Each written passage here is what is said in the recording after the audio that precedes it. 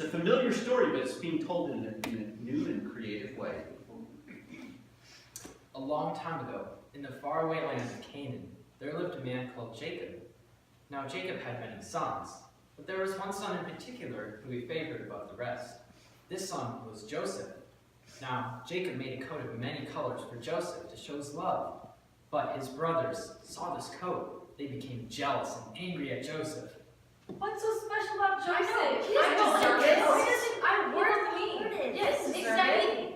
Yes, we all deserve a coat. Now Joseph, he had a dream. In this dream, he dreamt that he was binding sheaves of grain in the field with his brothers, and Joseph's sheaf rose above the rest, but his brothers bowed down to his. He told this to his brothers. They became angry at him and said, Does he expect us to bow down? Exactly. That's never going to happen. Why should the older bow the younger? He's so proud. No. Father likes him the best. I know. Now Joseph had a second dream. In this dream, he dreamed that the sun, moon, and stars all bowed down to him.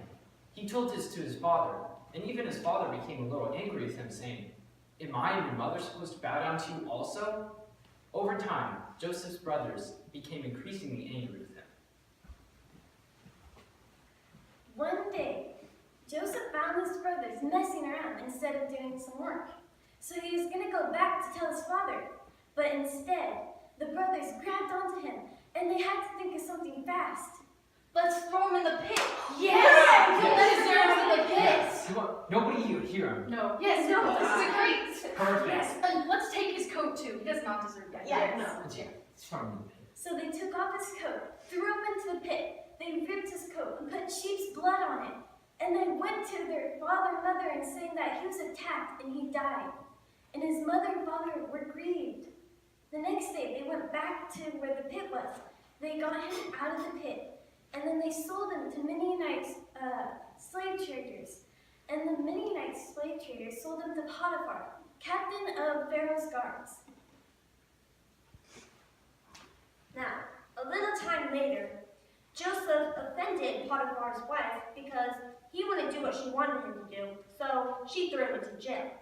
In this jail, there were two people, a butler and a baker. They both had very strange dreams, but they didn't know what they meant. And so they asked Joseph, and Joseph told them, I will interpret these for you. And so the butler told him his dream. He said, he was standing in front of 3 vines, and on the vines there was grapes. And the cup of Pharaoh was in his hands, and he took the grapes, squeezed the juice out of it, and handed it to Pharaoh. Joseph told him that in 3 days' time, Pharaoh was going to restore him to his place as Pharaoh's butler. He will? He will be true. Wait, I I'm get out of didn't here. die. Wait, what about my dream? Yeah, what about his that? dream? What about hers? Now, the baker also told Joseph his dream. He had 3 baskets on his head, each full of bread. But on the 3rd basket, the birds of the air were pecking at the bread. Joseph looked at him and told him, in 3 days' time, Pharaoh will hang you, and the birds of the air will peck at your flesh.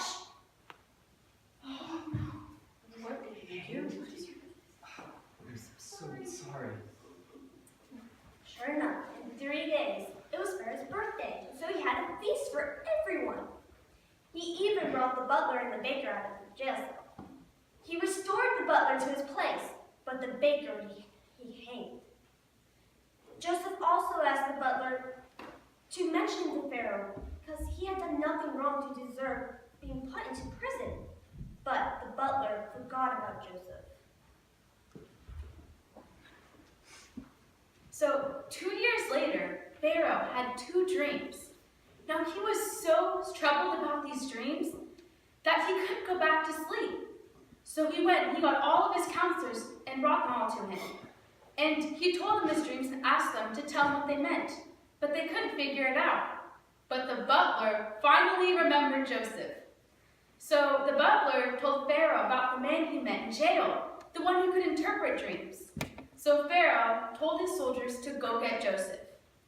So they brought Joseph to Pharaoh, and Pharaoh told him his dreams. In my first dream, I was standing by the river, and I saw 7 fat cows come out and begin But then 7 skinny cows came out and devoured the big ones. But they were just as skinny as before. In my second dream, I saw 7 tall and healthy heads of grain. But then 7 dried up and skinny ones came up and swallowed up the healthy ones. Joseph, what do these mean? Pharaoh, the Lord is trying to tell you what is to come. The 7 fat cows and the 7 healthy heads of grain represent 7 years of abundance.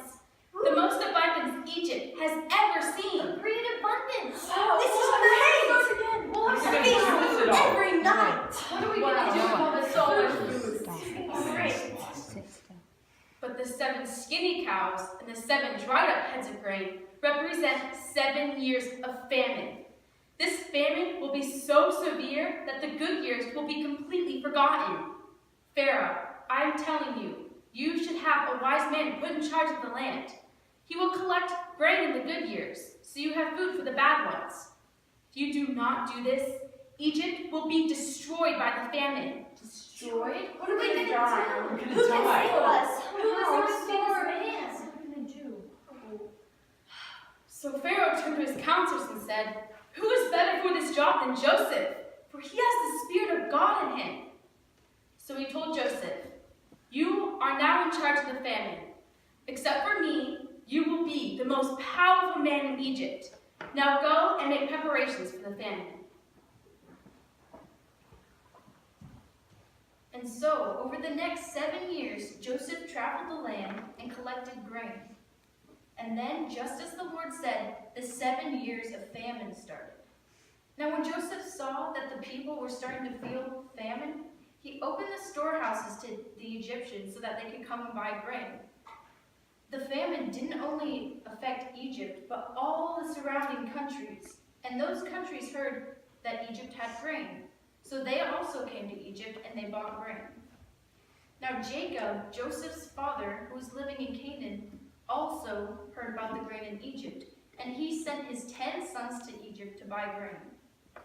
He had his youngest son, who was named Benjamin.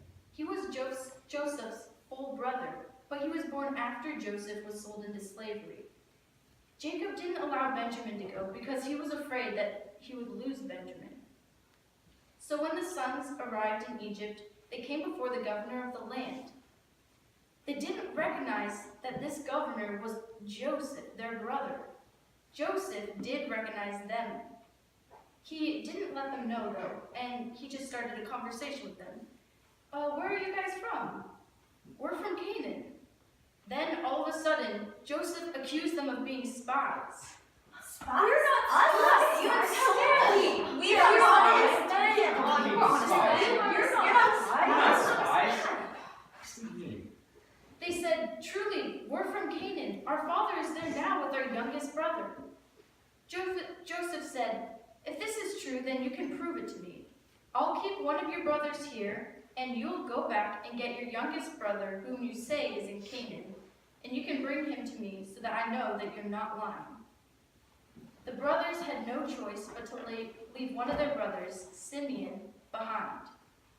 Now Joseph placed the money that they had paid him back in their sacks, and they returned home.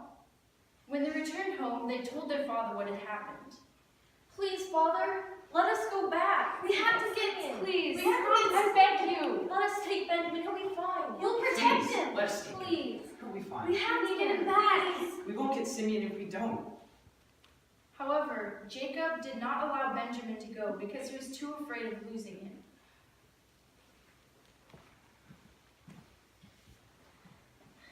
After time had passed, Jacob's food ran out, and he had no choice but to send Benjamin back to Egypt with his other brothers. Now, when they arrived in Egypt, Joseph saw them, and he told his servants to go invite them to lunch at his house. When they arrived at Joseph's house, they were reunited with their brother Simeon. Simeon, we missed you! It's been so long. You We're look sorry. You haven't aged a bit. They tried to return the money they had found in their sacks, but the servant said that they were missing no payment, and so the brothers feasted. The next morning, they began the return journey to Canaan. But Joseph had hidden his special silver cup into Benjamin's sack. And so, when the brothers had gone a little way from the house, he sent his servants after them to retrieve it. The servants accused them, saying, "Why have you stolen from our master?" But the brothers were confused and said that they had not done this. But if they found it, that whoever had it would die, and the rest of them would become Joseph's servants.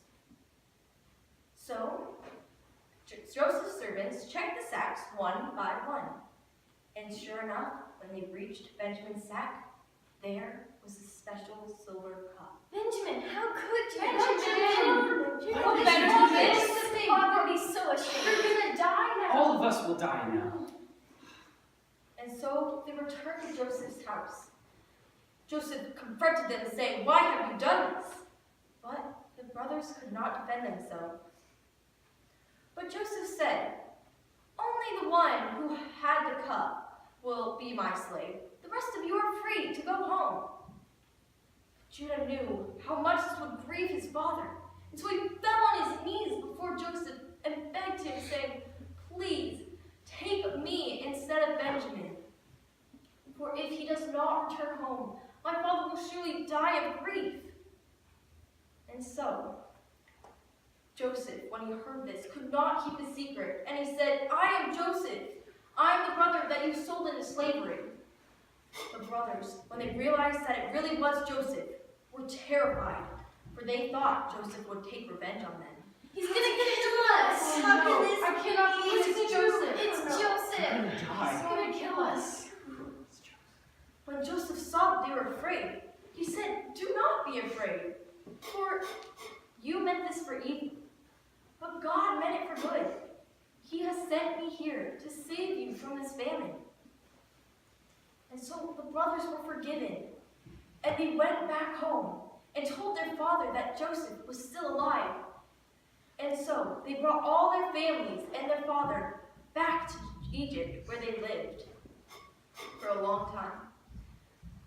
This is one of the many stories of redemption in the book of Genesis.